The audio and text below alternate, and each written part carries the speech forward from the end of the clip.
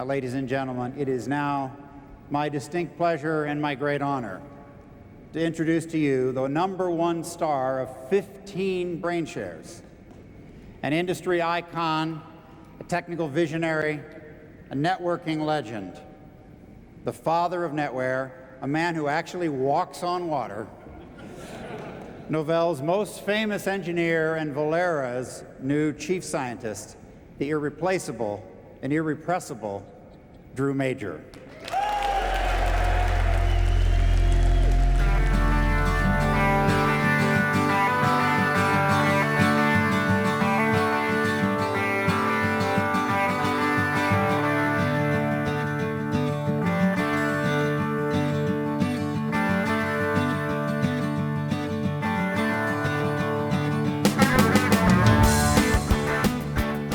Drew is, what you see is not necessarily what you get. Those early days, well, actually all the time that I've spent working with Drew has been some of the funnest time in my career. I wouldn't say I got along with them, but I tolerated them. He wants to do what is right, not only in the moral sense, but also in his work. Working with Drew was always fun, just because it was always kind of a team thing. We're building this, we're brainstorming all these ideas, and then let's go build it. Is this being taped? When I met him, he was working on campus at BYU in the basement of the Irene Science Center, working for Savin Corporation, creating a word processor. The Savin thing started to wind down, and he knew he was going to have to find another job. We were hired by Novell Data Systems on a 6-week contract. They had a CPM business machine and networking was new, and they wanted us to do the networking so that we could share the cost of the hard drives, which were so expensive, and the printers that were expensive at that time. Back in 1981, the IBM PC was brand new, and so we got the first IBM PC in Utah, and we had it sitting there because it was going to be for our next thing. We looked at it and said, this is going to go big, and we ought to hook it into our network. He would come home and he would tell me that they were selling the office desks or the waste baskets or something. Did we need any? And I said, Drew, this is the company that you're working for, and they're selling all the office furniture. You think that's secure? It got us on the direction of thinking of a universal server that could serve out information and files and data to different kinds of computers, different operating systems and stuff like that. And so right at the start, we took that direction, and we're the only people that really started with the idea of serving different operating systems and that type of thing. With Ray on, with Superset on, with what they had done with NetWare, he knew that it would be successful. There were several companies that saw the value in networking PCs, but because we were already on this path of trying to turn them into a system instead of just a group of PCs that were hooked together, that's, I think, what really made the world change.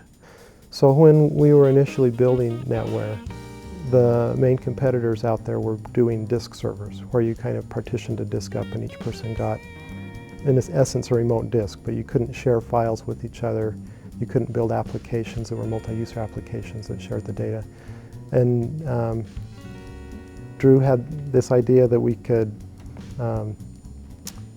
put all the data inside one file system and share it at a higher level and put in places the kind of locks and stuff that made it so you could do that. And when Drew had an idea, he was ready to go do it. The legitimacy brought by IBM, the high performance that we had, it just suddenly took off, because if IBM said it was okay to network, let's buy the network, then our salespeople could say, hey, just try this, you'll see a difference, and and the product started just selling itself. I knew from the start that his work and his computers would be a very big part of our family. But he realized that he needed to have some balance in his life. He sings and he teaches his boys to sing. He does a lot of physical things, skiing. We go hiking. Wherever we go, he always has a laptop. So when we're on family vacations on the airplane, he has the laptop with him. He's programming. When the boys were small and he would babysit the boys, they would be in the bathtub and he would be sitting next to the bathtub with the computer on his lap, and he would be coding as he was watching them, making sure they didn't drown, but I don't know if it was too safe. Well, he's always getting our names mixed up. He has this habit of stealing our computers. Hey, that was in the past. I didn't really mean all that stuff. Then he goes through the entire family trying to figure out who we are. To the best of my recollection, I don't remember calling him that. Like, we go down to play, and he'll be on it, typing up some code or something, and it takes forever to kick him off. I gotta watch what I'm saying, so I'm trying to be good. But he's always been the one to like get the first gadgets or whatever. Like, he's probably the first person in Utah Valley to get a Palm Pilot or a digital camera or an MP3 player. He's really absent-minded.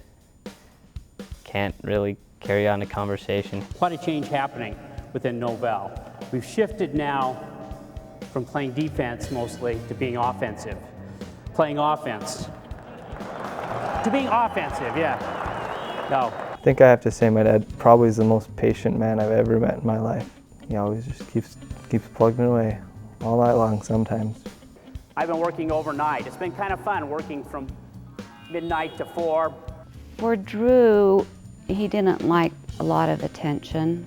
He knew that the product that they had was great. He was the biggest cheerleader for Novell that they had. A couple years ago, Bill Gates and Steve Ballmer decided to ignore Novell.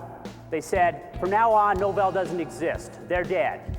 Don't even mention them as a competitor. Were they ever wrong? He was happy to come and speak at BrainShare. You know, there's something about characterizing all of you as brain suck, slot face pinheads. That seems a little insulting to me. Mostly because he got to talk to the people who really mattered. So I started out as a nerd. I wore a suit, and now I've taken off the suit, put a piece of this shirt on to try to become a nerd again. So hope you can handle it. I think I can. And whenever a BrainShare was coming up, he'd come out with all these ideas, and everyone would just be going like crazy trying to get all the things built and done in time to show what he wanted to show for BrainShare. We've got so many cool things happening, demos, new technologies. How could we do that dramatically?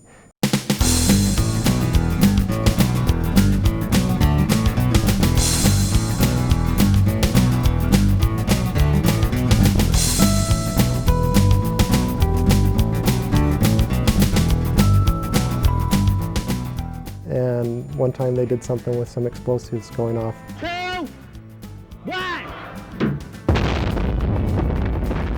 1! In 2003, Drew left Novell. I think he had all these ideas of things he'd like to do, and he tried to get Novell to do some of them, and Novell really wasn't interested because that wasn't the direction they were going.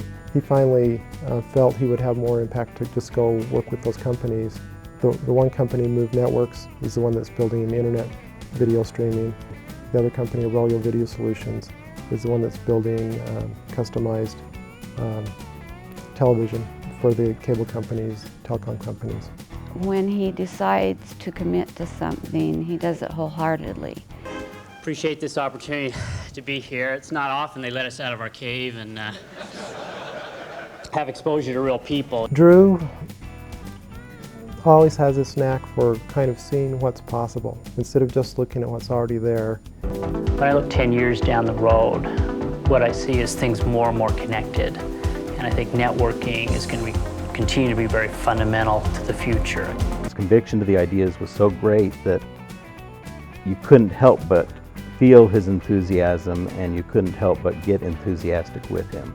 Hey, I'm really stoked to be here. How about you guys?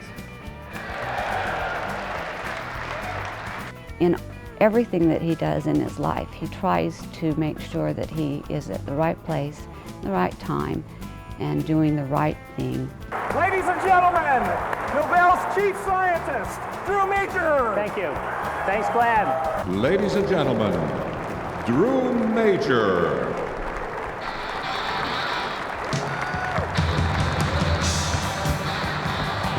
Thank you.